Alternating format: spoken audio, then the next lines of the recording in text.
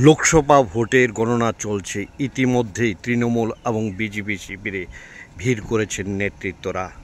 এখন পর্যন্ত যা খবর পাওয়া গেছে তাতে তুফানগঞ্জ, কুমারগ্রাম,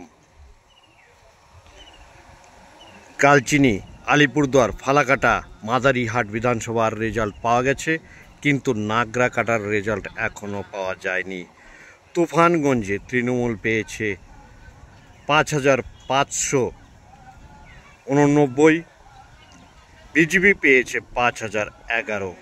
অপরদিকে কুমারগ্রামে এখন পর্যন্ত অর্থাৎ প্রথম রাউন্ডে পেয়েছে ৪৫৯৯ এবং বিজেপি পেয়েছে ৩৯৭০।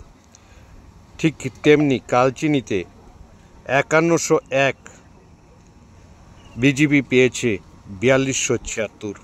আলিপুরদুয়ারে এগিয়ে আছে বিজেপি।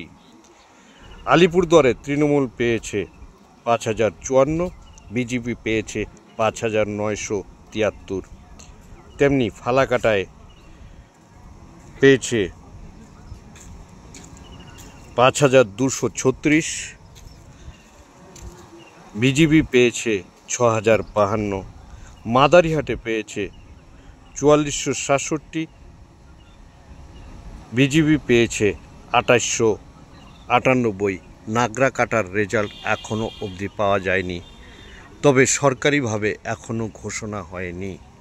সরকারিভাবে ঘোষণা না হলেও দুই শিবিরেই, তৃণমূল এবং বিজেপি শিবিরেই উল্লাস রয়েছে, এমনটাই দেখা যাচ্ছে। শিবিরগুলোতে এসে কড়া নিরাপত্তার বেষ্টনীতে ঢেকে রাখা হয়েছে